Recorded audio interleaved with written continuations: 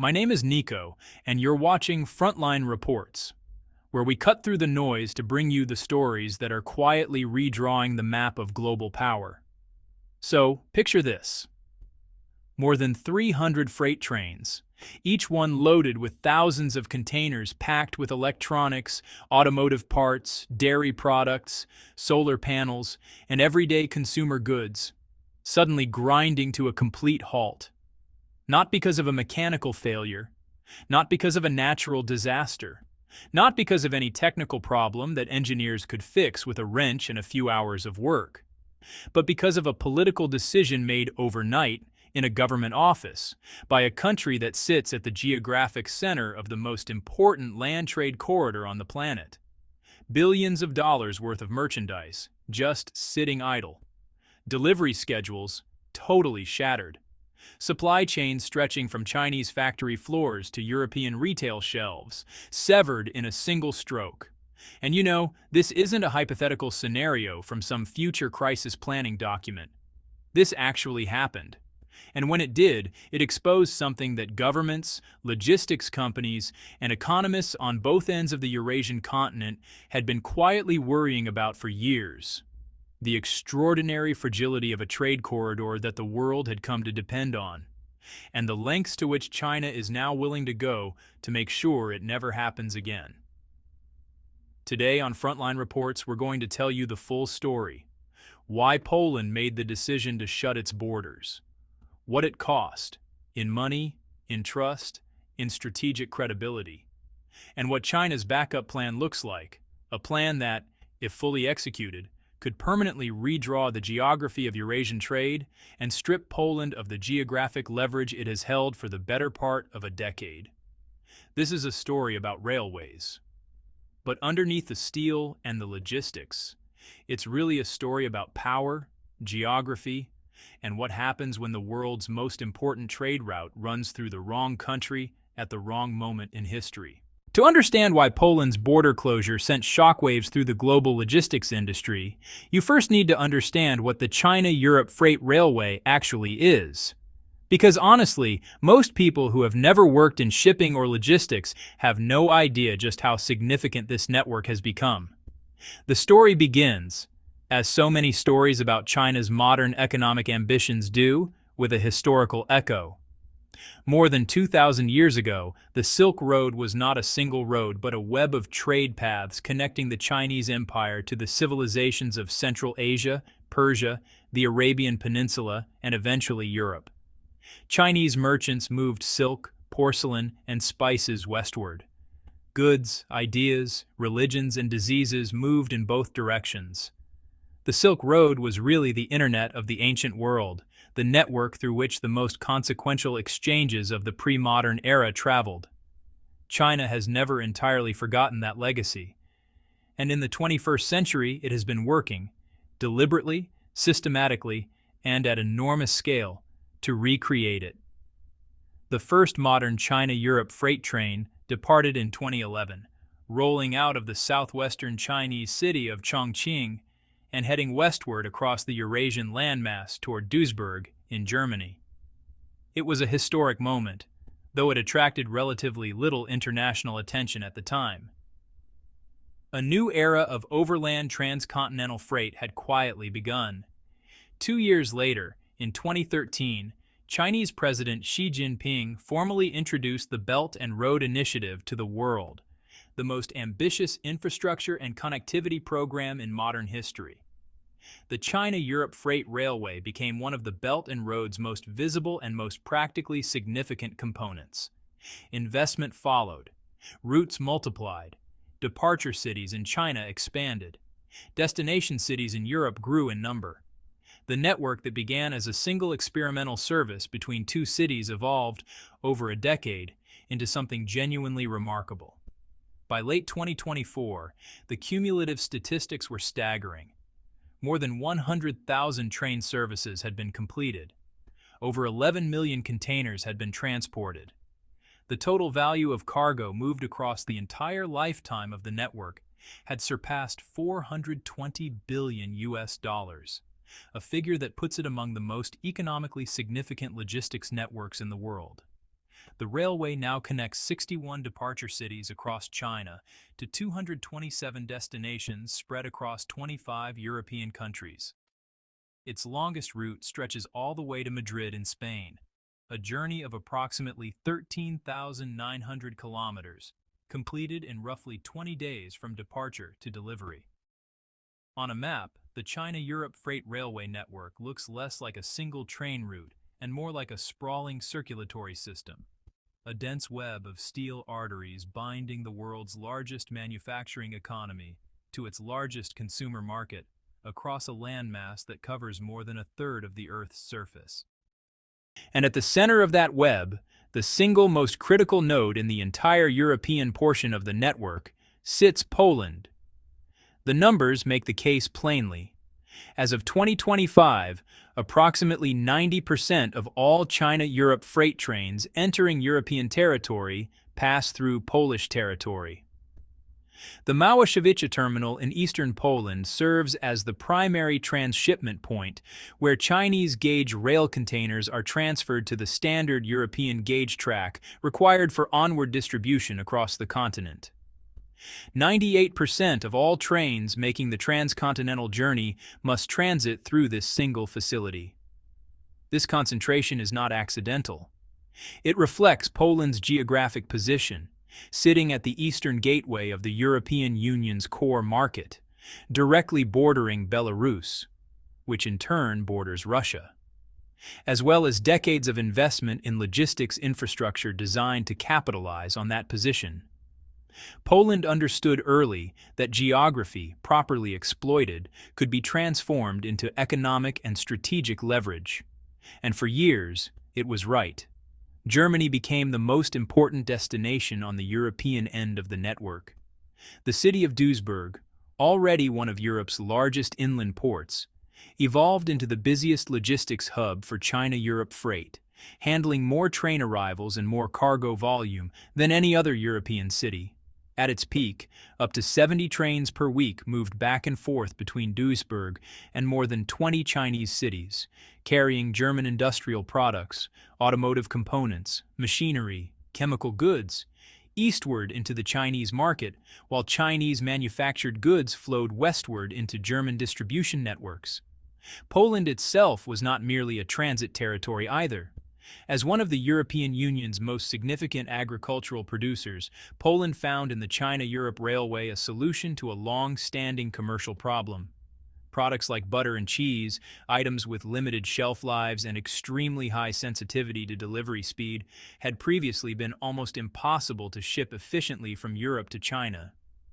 Ocean freight, which typically takes 30 to 40 days, is simply too slow for dairy products that need to reach refrigerated retail shelves in peak condition. The railway, with its 15-day transit time, changed that calculation entirely. Polish dairy exports to China grew by an extraordinary 78% compared to pre-railway volumes, with dairy products alone accounting for approximately 120 million tons exported annually through this corridor. Poland had become not just a bridge for Chinese and European goods. It had become a beneficiary of the network it hosted. Its geographic position was not just a transit fee, it was a genuine economic asset.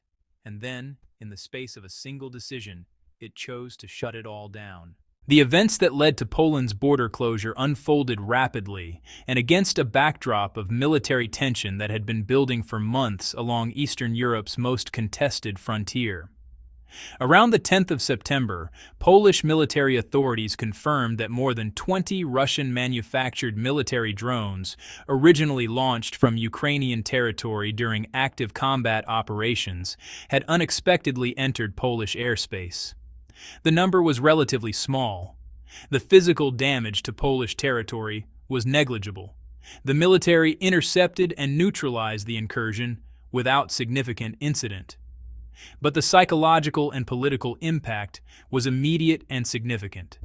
Poland is acutely sensitive to airspace violations and military provocations. It shares a long border with Belarus, a country whose government, under Alexander Lukashenko, functions as a close political and military partner of the Kremlin. Polish security planners have spent years developing contingency plans for scenarios involving Russian military pressure on its eastern frontier. And the drone incursion, however limited, was not occurring in isolation. Almost immediately after the airspace violation, Russia announced a major joint military exercise to be conducted in partnership with Belarus near the Polish border. The scale of the exercise was not trivial. Close to 100,000 troops were reported to be involved, and the announced scope of the drills included simulations of nuclear strike scenarios. For Polish military and political leadership, this combination of events, drones in Polish airspace followed by a massive nuclear scenario exercise near their border, was read as a deliberate and coordinated signal of hostility. Poland's response was swift. Within 24 hours of the Russian exercise announcement, Warsaw declared the closure of all border crossings with Belarus, road and rail alike. The official justification centered on citizen safety and national security. The practical consequence was immediate and enormous. The primary land route connecting Chinese freight trains to European markets was severed. Within 1 week of the closure, more than 300 China-Europe freight trains that had entered Belarusian territory heading for the Polish border were stopped. Their cargo, representing billions of dollars in merchandise, sat stranded in rail yards, unable to move forward. The disruption was not limited to abstract trade statistics. E-commerce shipments alone, packages ordered by European consumers from Chinese online platforms, accounted for approximately $320 million in affected cargo. But the blockage extended well beyond consumer goods. High-value, time-sensitive industrial shipments were caught in the same freeze semiconductor components, photovoltaic solar modules, precision automotive parts, and sophisticated electronics equipment. All of it sitting in containers on stationary trains while delivery deadlines passed and contracts were placed under strain. The EU's supply chain monitoring infrastructure moved quickly to assess the damage. Its analysis was, honestly, pretty sobering. If the border closure were to persist for an extended period, total trade contraction between China and Europe could reach as much as 25 billion euros. That figure represented not just delayed deliveries, but genuine economic damage. Production lines forced to idle for lack of components, retailers unable to stock shelves, and logistics companies hemorrhaging money on storage and demurrage costs. Inside Poland itself, the economic consequences were equally severe.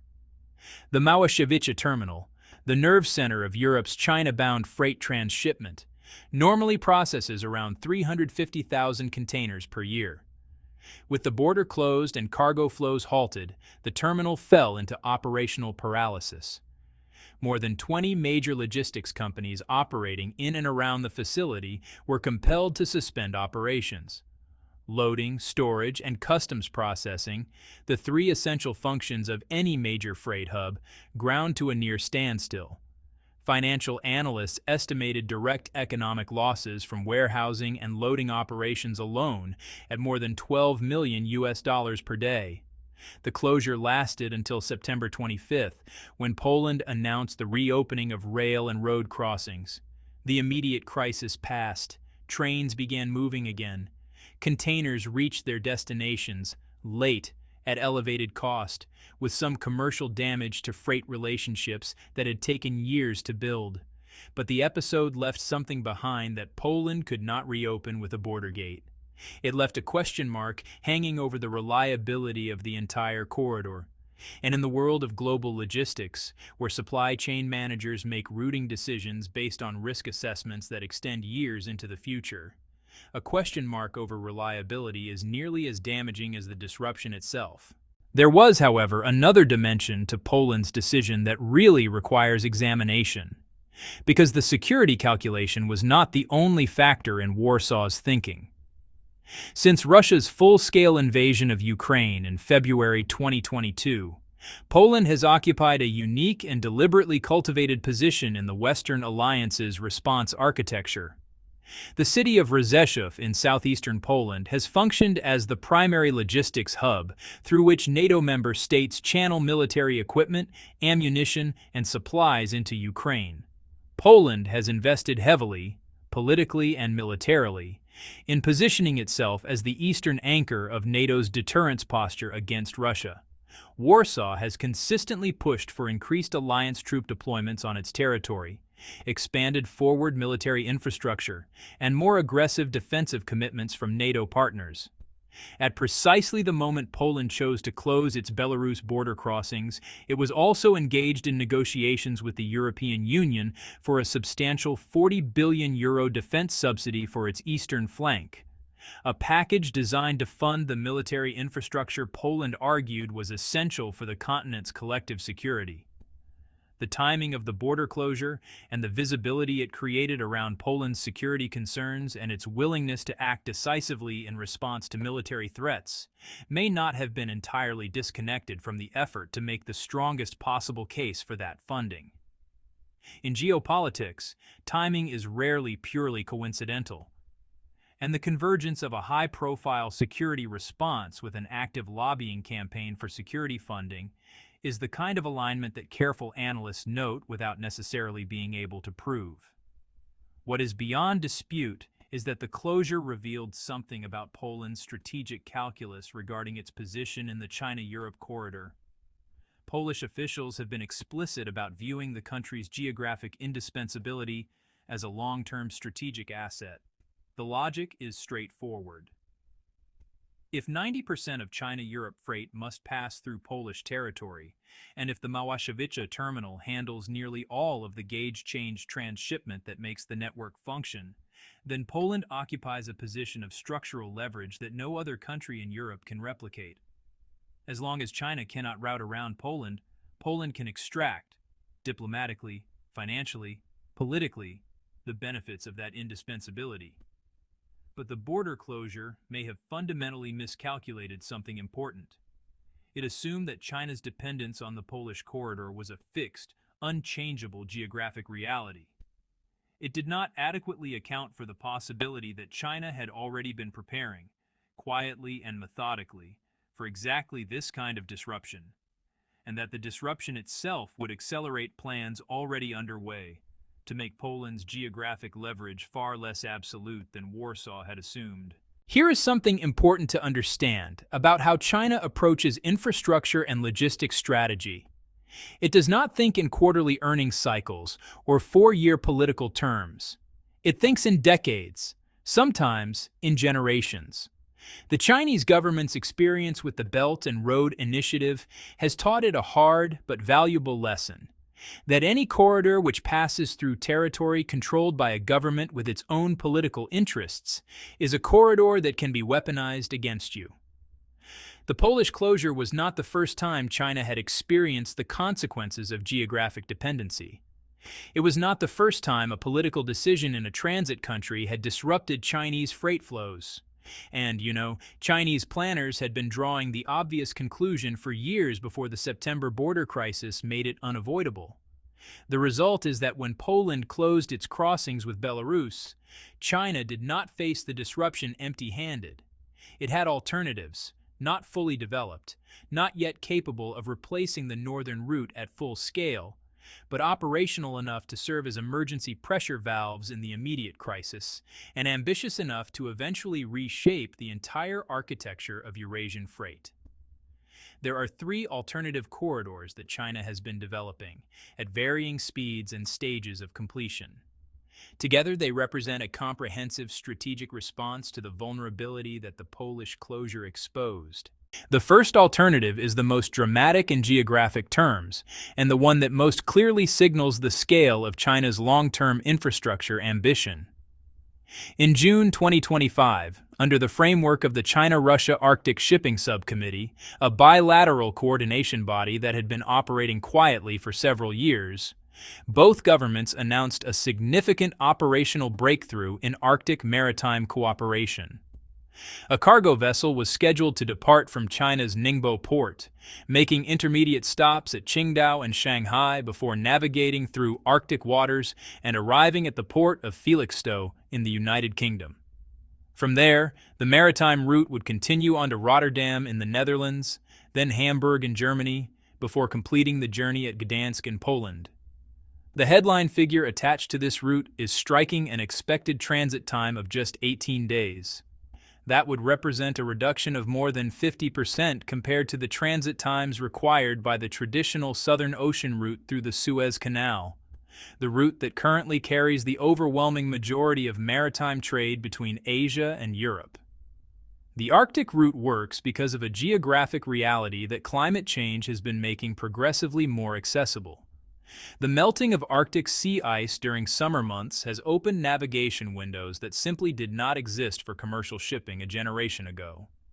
The Northern Sea Route, running along Russia's Arctic coastline, dramatically shortens the distance between Chinese and European ports, compared to any route that must navigate through the Indian Ocean and the Red Sea. For China, which both contributes to and is increasingly planning around the realities of a warming Arctic, this represents a genuinely transformational logistics opportunity. The Russian dimension is significant.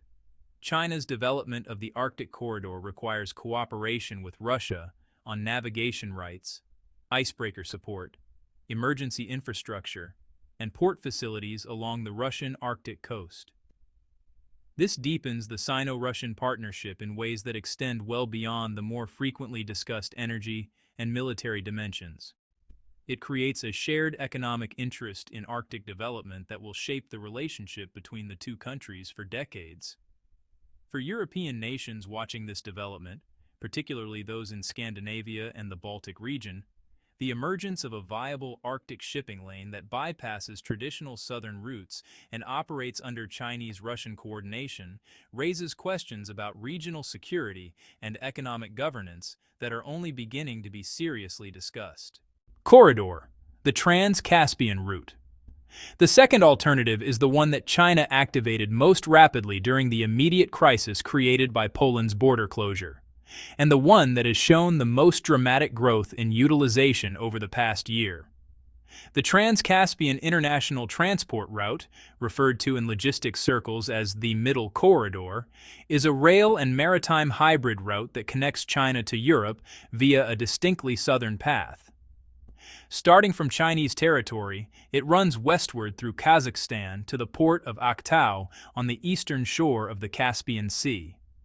From there, cargo crosses the Caspian by vessel to the port of Baku in Azerbaijan.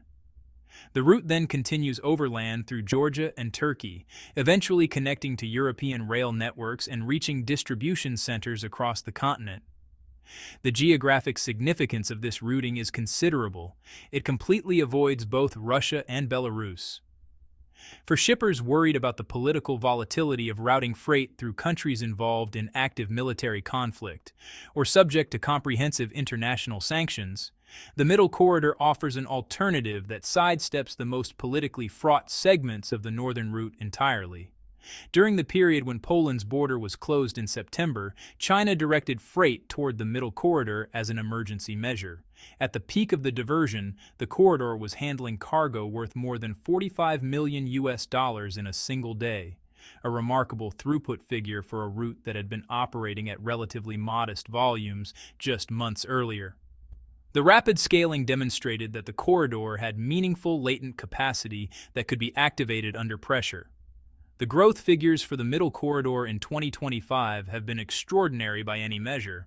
In the first 3 quarters of the year, 229 trains utilized this route, a figure that represents a 28-fold increase compared to the same period the previous year. Its share of total China-Europe freight volume climbed to approximately 15%. Under current infrastructure development plans, annual capacity on the Middle Corridor will be expanded to 10 million tons within 2 years, establishing it formally as the second major artery of the China-Europe freight system. A genuine alternative to the northern route, rather than merely an emergency backup. The geopolitical beneficiaries of this shift are notable. Kazakhstan, Azerbaijan, Georgia, and Turkey all stand to gain significant transit revenues, infrastructure investment, and economic activity as the Middle Corridor's utilization grows.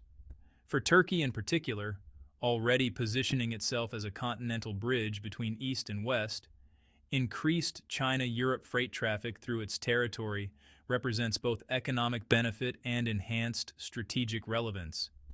These are not incidental byproducts of the routing decision. They are part of a deliberate Chinese strategy of building relationships and dependencies across the network of countries through which alternative corridors run. The third alternative is the most long-term in its development horizon, but potentially the most structurally significant in terms of how it ultimately reshapes the China-Europe freight network. The China-Kyrgyzstan-Uzbekistan Railway, a project that has been in various stages of discussion, planning, and negotiation for more than 2 decades, officially began construction by the end of April 2025. The line will stretch approximately 523 kilometers, running from the city of Kashgar in China's Xinjiang region, cutting through the mountainous terrain of Kyrgyzstan, and terminating in Uzbekistan, where it connects to existing Central Asian rail networks that link onward to the broader Eurasian rail system. The technical and engineering challenges of building this line through high-altitude, geologically complex terrain are substantial. The timeline for full completion extends to 2031. This is not a quick fix. It is a long-term structural investment, but the strategic payoff, when it arrives, will be significant. The CKU Railway bypasses Russia-Entay.